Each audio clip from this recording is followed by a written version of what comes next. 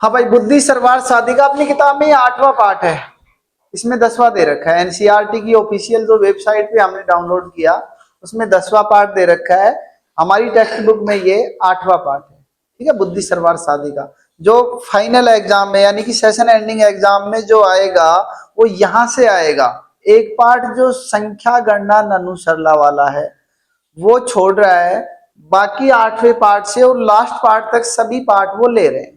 ठीक है, तो यहां से हम पढ़ेंगे सेशन एंडिंग एग्जाम के लिए। पहले वाले जो पार्ट है इंपॉर्टेंट है वो आप देखेंगे, लेकिन सेशन एंडिंग एग्जाम में जो पार्ट आएंगे उनको हम एक बार रिपीट करेंगे, रिवीजन करेंगे उनका एक बार। देखो, बुद्धि सर्वार साधी का, बुद्धि से सब कुछ सिद्ध होता है। बुद्धि से सब कुछ सिद्ध होता है। सर्वार्थ साधिका, बुद्धि सभी को साधने में सहायक होती है, इस पाठ का नाम है। देखो, संसारे उत्तम जीवनाय बुद्धि पूर्वक व्यवहार आवश्यक है भवती। संसार में उत्तम जीवन के लिए बुद्धि पूर्वक व्यवहार आवश्यक होता है। बुद्धि पूर्वकेण व्यवहारेण कठिनम अपि कार्यम सहजम भवति। बुद्धि पूर्वक व्यवहार से कठिन भी कार्य आसान होता है। बुद्धि का इस्तेमाल करके यदि विवेक पूर्वक हम काम करते हैं तो कठिन काम को भी आसान बनाया जा सकता है, ये इसमें बता रहा है। आगे देखिए, विशेषतः स्पर्धाया समय यदि प्रतिपक्ष अति प्रबल है। विशेष रूप से स्पर्धा, प्रतिस्पर्धा क्या होती है? द्वंद्व, प्रतिस्पर्धा, कंपटीशन जिसको बोलते हैं, उसके समय में यदि प्रतिपक्ष, विरोधी पक्ष अति प्रबल है, अत्यधिक बलवान है, तरही तो बुद्धि बलेन, बुद्धि के बल से वयम, हम सब, कौन सा पुरुष है? वयम कौन सा पुरुष है बेटा? कौन सा वचन है? बहुवचन, उत्तम पुरुष का बहुवचन।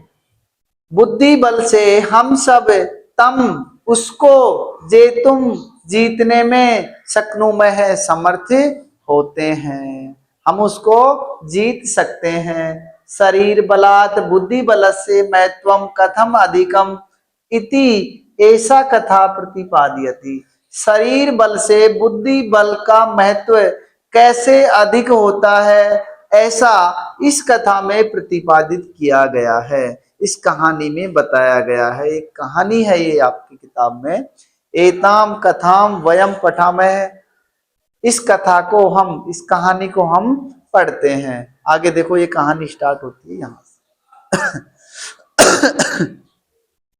एकस्मिन वने एक नित्य जल पूर्ण महान सरोवर है अस्ति। इस पाठ में जो मुख्य बल दिया गया है वो धातुओं पे बल दिया गया है बेटा।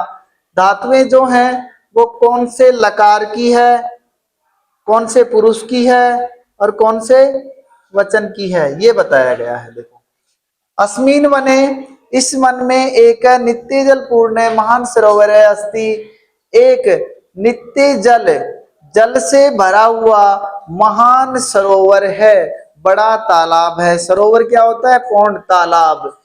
एक वन में एक जल से भरा हुआ तालाब है।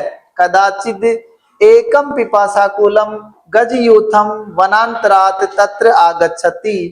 कदाचित, कभी, एक प्यास से व्याकुल गजयूथ क्या होता है? गज, हाथियों का समूह, गज कहते हैं हाथी को, हाथी का समूह, वनांतरात, दूसरे वन से, तत्र आगच्छति, वहां आ जाता है।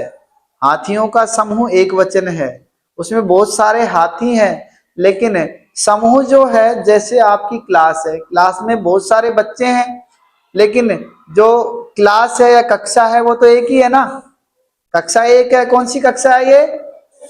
छठी कक्षा है। लेकिन इस कक्षा में बच्चे तो बहुत सारे हैं। वैसे हाथियों के समूह में हाथी तो बहुत सारे हैं, लेकिन समूह एक है, इसलिए वो एक वचन में आया। हो रहा है रिकॉर्डिंग? सही चल रहा है ना? हाँ, सभी देखेंगे बेटा जब भी आपको टाइम मिले। वैसे भी आप फोन देखते हो मुझे पता है, तो जब भी आप देखो कुछ प्रोडक्टिव देखो ताकि आपके काम आए। हाँ आगे देखिए, तस्मिन् सरोवरे ते गजा स्वेच्छया जलम पीत्वा स्नात्वा क्रीडित्वा च सूर्यास्त समये निर्गच्छन्ति। उस वन में वे हाथी अपनी इच्छा से जल पी करके, स्नान करके, क्रीडित्वा च और खेल करके सूर्यास्त के समय निर्गच्छन्ति निकल जाते हैं। अब निर्गच्छन्ति में कौन सा पुरुष और वचन है? बहुवचन। ये आपको ध्यान रखना है कि निर्गच्छन्ति में प्रथम पुरुष का बहुवचन होगा। तस्य च सरोवरस्य तीरे समन्तात सुकोमल भूमो बहुनी सशक बिलानी संति। और उस सरोवर के, उस तालाब के किनारे, तीरे होता है किनारे पर, समन्तात सुकोमल भूमो बहुनी सशक बिलानी संति। समन्तात चारों ओर, सुकोमल भूमो जो मुलायम भूमि है उस पर अनेक खरगोशों के बिल हैं। सशक होता है खरगोश, बिलानी बहुवचन है, बिलम बिले बिलानी नपुंसकलिंग का। एसु बहवे सस्का निवसंती, जिनमें बहुत सारे खरगोश निवास करते हैं। अब सस्का बहुवचन है, सस्का है सस्काओ सस्काहा, जैसे बालक है बालको बालका, वैसे ही निवसंती में भी कौन सा वचन होगा? बहुवचन। सस्काहा में बहुवचन है, जैसा कर्ता वैसी क्रिया। कर्ता यदि एक वचन का है तो क्रिया भी एक वचन की होगी। कर्ता यदि प्रथम पुरुष का है तो क्रिया भी प्रथम पुरुष की होगी। यानी कि कर्ता जिस पुरुष और वचन का होगा, क्रिया भी उसी पुरुष और वचन की आएगी। इस चीज का ध्यान रखना। गजानाम परिभ्रमणेन तेषु बिलेषु निवसन्तः बहवः सस्काः छत विक्षता भवन्ति। गजानाम हाथियों के, परिभ्रमणेन घूमने से, तेषु बिलेषु उन बिलों में, निवसन्तः रहने वाले या निवास करने वाले, बहवः सस्काः बहुत सारे खरगोश, छत विक्षता भवन्ति घायल हो गए, हो जाते हैं। भवंती है ना, भू का मतलब होना होता है। हाथियों के घूमने से उन बिलों में निवास करने वाले बहुत सारे खरगोश घायल हो जाते हैं। केचन पुनः मृता भी भवंती, कुछ मर भी जाते हैं। भवंती बहुवचन है और मृता भी बहुवचन है, कुछ मर जाते हैं। अतः सस्का भीता चिंता मग्ना च भवंती, इसलिए खरगोश भयभीत, डरे हुए और चिंतित हो जाते हैं। भवंती में कौन सा वचन है? बहुवचन। कौन सा पुरुष है? इसके लिए कर्ता क्या आएगा? सस्काहा। भवंती जो है इस क्रिया के लिए कर्ता क्या आएगा? सस्काहा। यह पठिता उद्बोधन मैंने कल डाला था एक, सभी को देखना है आपको। उसमें भी ये पूछ रहा है कि इस क्रिया के लिए कर्ता पद क्या है। ये अपठिता उद्बोधन में भी पूछता है और हम जो पढ़ते हैं उसमें भी पूछता है। प्रश्न आता है इसमें, आपको पैराग्राफ दे देगा, ये पूरा गद्यांश दे देगा, उसमें से प्रश्न पूछेगा कि भवंती क्रिया के लिए कर्ता पद क्या होगा। तो देखो भवंती यहाँ भी है और यहाँ भी है, तो यहाँ भी भवंती के लिए क्या आया है?